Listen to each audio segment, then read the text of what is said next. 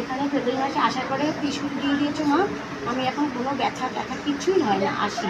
আর অনেক ছোটোখাটো যা বলি কষ্টের কথা, আর আমি সকাল থেকে আমার বাড়ির লোকেদের জিজ্ঞেস করো তোমায় শুধু দেখার জন্য পাগল আমি।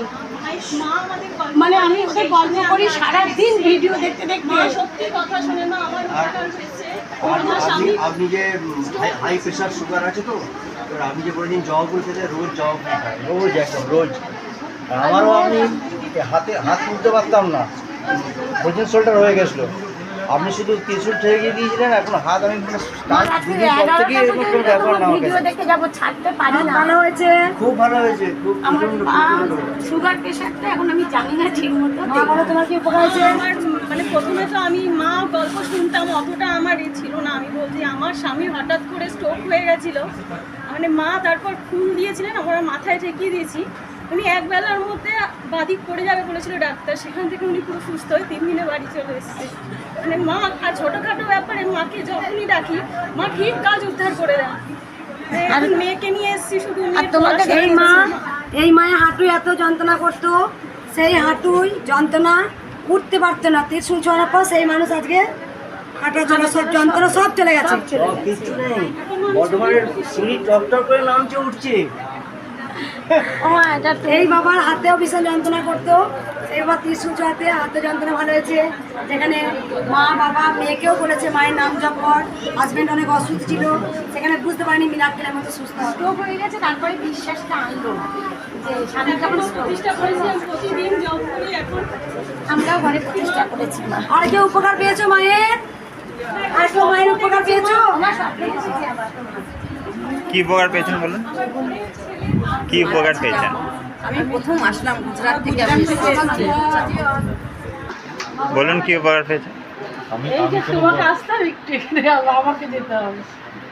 এই যে তুমি বলেছিলে না ওর ছেলের কথা সব বলে দিয়েছিলে না তুমি, কেমন দেখতে কেমন এই ছেলেকে নিয়ে আসবো বলেছিলাম চাকরি পেলে, তো চাকরি পেয়েছে মা, তাই ওকে নিয়ে এসেছি। তুমি যখন এসেছিলে প্রথম ছেলে সব বলে দিয়েছিলে তুমি সব। মায়ের নাম জপ করে চাকরি পেয়েছে। হ্যাঁ চাকরি পেয়েছে। আর বল মা কেউ উপকার পেয়েছে বলে?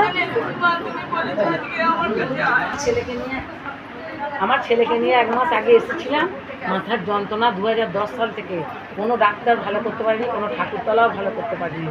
ভাইজাগ ব্যাঙ্গালোর সব ঘুরেছি মা, যে আমার ছেলে এই মায়ের ত্রিশূল ছুঁয়ে মাথা মায়ের কি পাও পেয়েছি মা। আমি তো ইউটিউব দেখতে সবসময় তোমার দেখছি মায়ের সোনা মায়ের চোখগুলো দিয়েছে যেন এর নিচে দিকে নামানো ছিল, যে আমাকে যেন দেখছে সোনা মা। আর মা বাবা কবে এসেছিলে তুমি? 1 মাস আগে আমার ছেলেকে নিয়ে আমি মগড়া ড্যান্ডেল মগড়া থেকে আমার মেয়ে ছেলে। শ্বাসকষ্ট কষ্ট হয় শরীরে, মায়ের নাম জপ করেছে শুধু, আমি আগে কখনো আসিনি।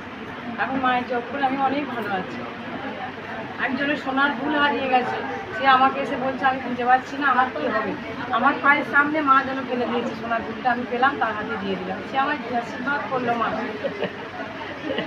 মায়ের নাম যাবে এত মধুর। হ্যাঁ মা একবারে জীবন্ত। তুমি কোথা থেকে এসেছিলে মা আগে? আমি কলকাতা থেকে এসেছিলাম। মায়ের নাম যাবে এত মধুর। এবার আমার নাতির জন্য এসেছি, আমার নাতি দে একবার উলুধ্বনি দে।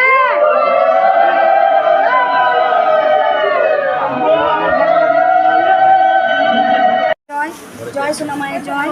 এইবার প্রথমেই বলেছে মা তুই ভালো আছে? আমি হ্যাঁ বাবা ভালো আছি। বলো বেটা তোমার কি উপকার হয়েছে? আমার বাবার হাঁপানি ছিল, এখন আস্তে আস্তে কিছুটা কমে গেছে। আমার অর্থনীতি দিক আমাদের বাড়ির একটু প্রবলেম ছিল চলে গেছে। আর স্বপ্নে তোমাকে দেখছিলাম আমার বাড়িতে খিচুড়ি রান্না করতে হবে, তারপরে আমরা সবাই মিলে খিচুড়ি খেয়ে দিয়ে তুমি চলে যাচ্ছি।